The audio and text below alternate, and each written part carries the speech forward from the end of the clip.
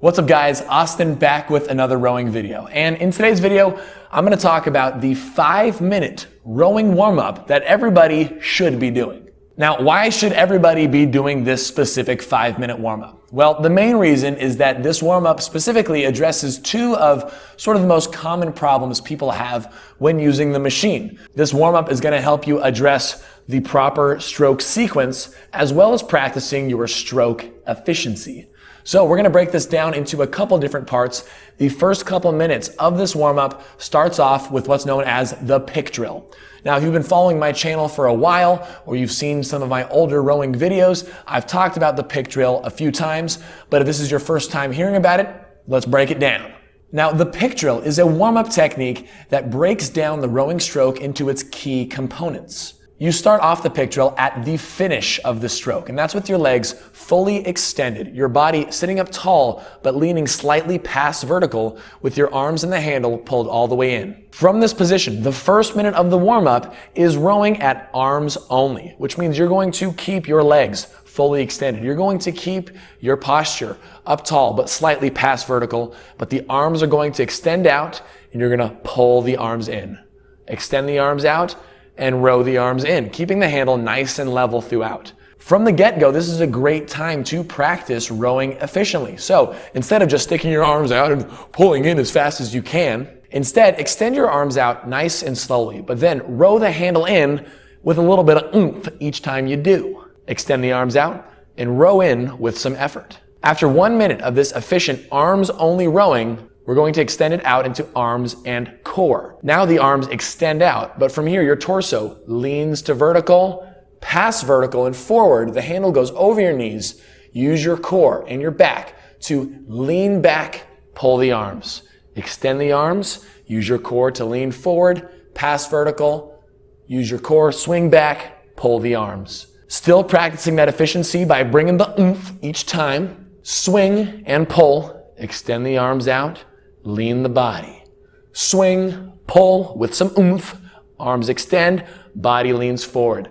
You're doing this for the second minute, and then the last minute of this is going to be full strokes. The arms will extend out, the core leans forward, and once you've established your forward body angle, bend the knees, compress the legs. Try to get your shins to vertical, the heels might lift up slightly, but from here, drive your legs first, swing your core back second, pull your arms in thirdly.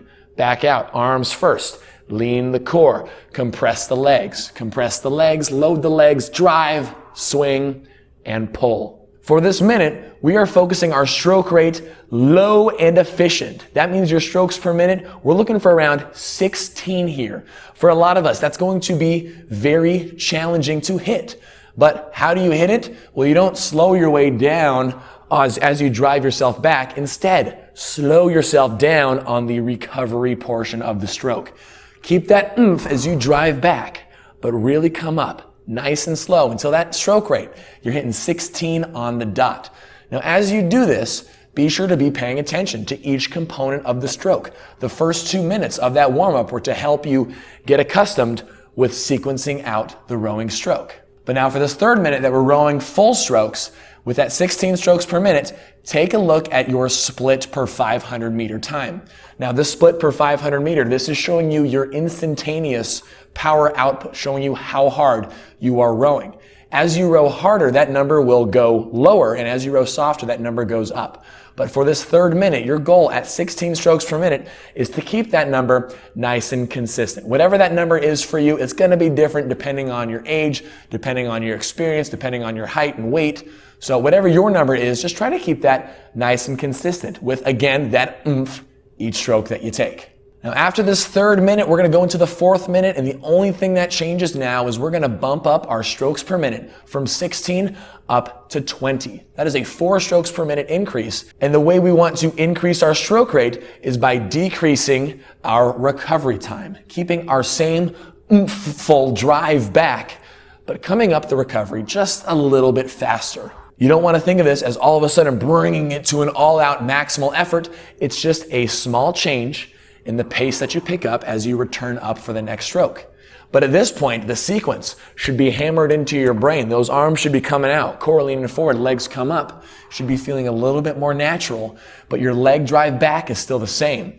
Now, I'm not a physics professor, but if you are keeping the same jump back, but you're coming up faster and your strokes per minute is increasing, your split per 500 meter should be going down if your power output by driving back is still the same. So the goal here is to try to get that split per 500 meter about 4 to 5 split seconds faster here at 20 strokes per minute for this 4th minute of the warm-up. For the last minute, we're going to make one more bump up to the stroke rate, and we're going to bring it to 24 strokes per minute. Again, keeping the same full drive backwards with the stroke, but returning up the recovery even a little bit faster. Taking the strokes minute up to 24, but keeping that same leg drive, all of a sudden now we're generating lots of power in the last minute of this warm-up. So we want that split per 500 meter to be anywhere between 5 up to potentially 10 split seconds lower at that 24 strokes per minute. And by the time that last minute is up, you're going to be feeling pretty dang warmed up. But in just 5 minutes, what have you accomplished? You have broken down the stroke sequence into each individual component